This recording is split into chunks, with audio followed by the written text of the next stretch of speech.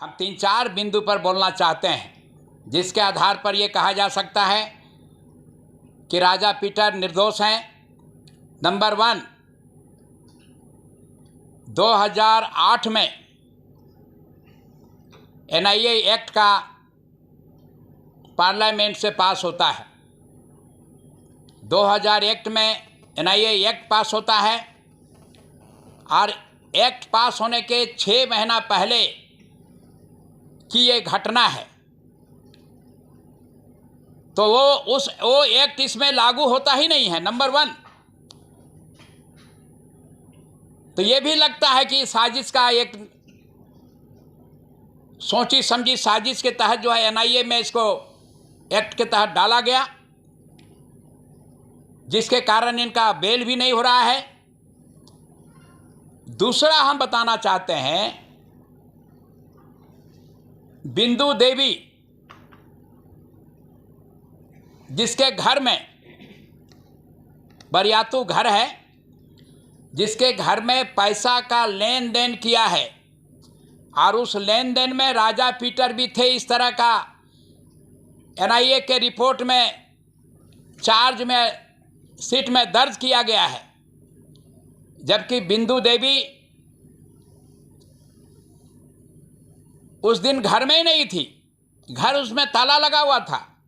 बिंदु देवी पलामू गई थी अपने नैहर में शादी में, जो 5 दिन पहले गई थी और 4 दिन बाद लौटी है। जब उस घर में थी ही नहीं, उनके घर में फिर पैसे का लेन देन की बातचीत कैसे हुई ये भी दर्शाता है। ये झूठा रिपोर्ट है, ये मनगढ़ंत रिपोर्ट है, ये बनावटी है और वही कारण है बिंदु देवी को जो है जेल से छोड़ दिया गया, रिहा कर दिया गया।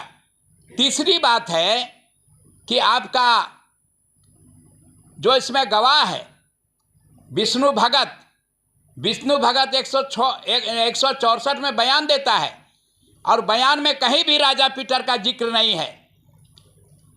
चौथा है कि जो इन्वेस्टिगेशन हुआ, जो पुलिस की जो जांच हुई इस कांड की, पुलिस के जांच में किसी भी जांच में पुलिस का हो चाहे जो आईओ है, जो सीआईडी का जांच है, उस किसी रिपोर्ट में जो है राजा पीटर का नाम नहीं है। जब राजा पीटर का नाम किसी जांच में नहीं है तो 8 साल के बाद राजा पीटर को इसमें कैसे शामिल कर दिया गया, ये भी साबित करता है कि राजा पीटर निर्दोष हैं।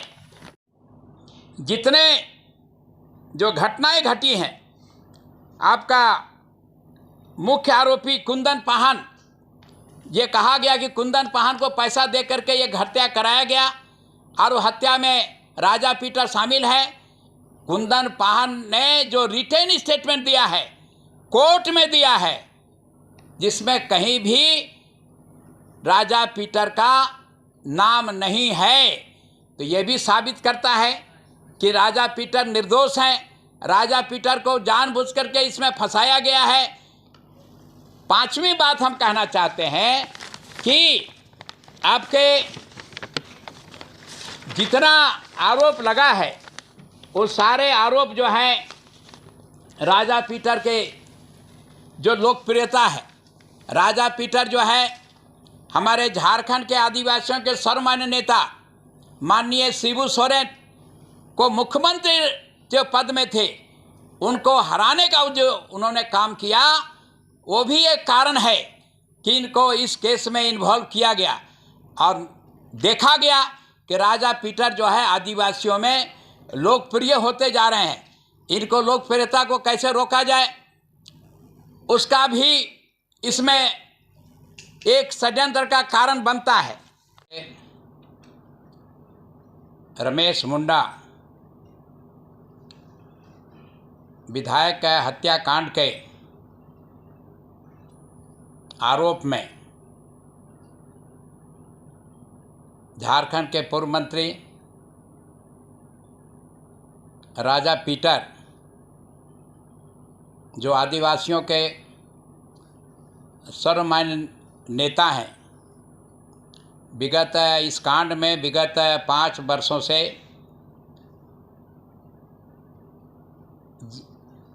जेल में बंद हैं, जहां हम रमेश मुंडा हमारे मित्र थे, उनके निधन पर शोक व्यक्त करते हैं। साथ साथ राजा पीटर को घटना के 8 साल बाद उनके हत्याकांड में यह आरोप लगाया गया है कि राजा पीटर पैसा दे करके नक्सलियों के द्वारा रमेश मुंडा का हत्या कराया है।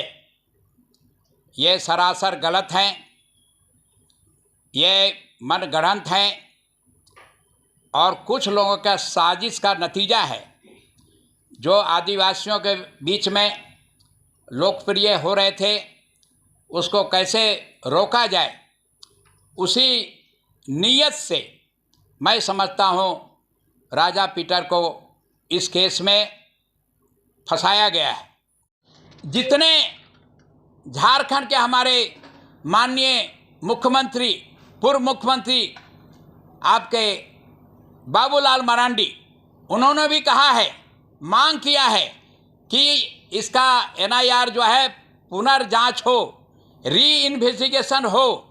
झारखंड के पूर्व मुख्यमंत्री बाबूलाल ने कहा, बिहार के पूर्व मुख्यमंत्री जो है जीतन राम ने कहा कि इसका पुनर्जांच हो। ये हम नहीं कर रहे हैं, ये सारे नेताओं ने भी कहा है। इसीलिए हम आपके माध्यम से कहना चाहते हैं कि इसका पुनर्जांच हो और इस संबंध में हम महामहिम राज्यपाल से हम लोग मिलने जा रहे हैं कि NIR में जो रिपोर्ट सबमिट किया गया है वो त्रुटिपूर्ण है। इसलिए जो वास्तविकता जो हम लोग सामने ला रहे हैं, जिन बिंदुओं को हम लोग सामने ला रहे हैं, इस बिंदुओं पर जो है जो आपका केंद्र सरकार इसकी जांच कराए, उसके लिए हम लोग महामहिम के माध्यम से और केंद्र सरकार को रिक्वेस्ट करने के लिए जा रहे हैं। यही सूचना देने के लिए आज का ये जो है प्रेस कॉन्फ्रेंस बुलाया गया था। धन्यवाद।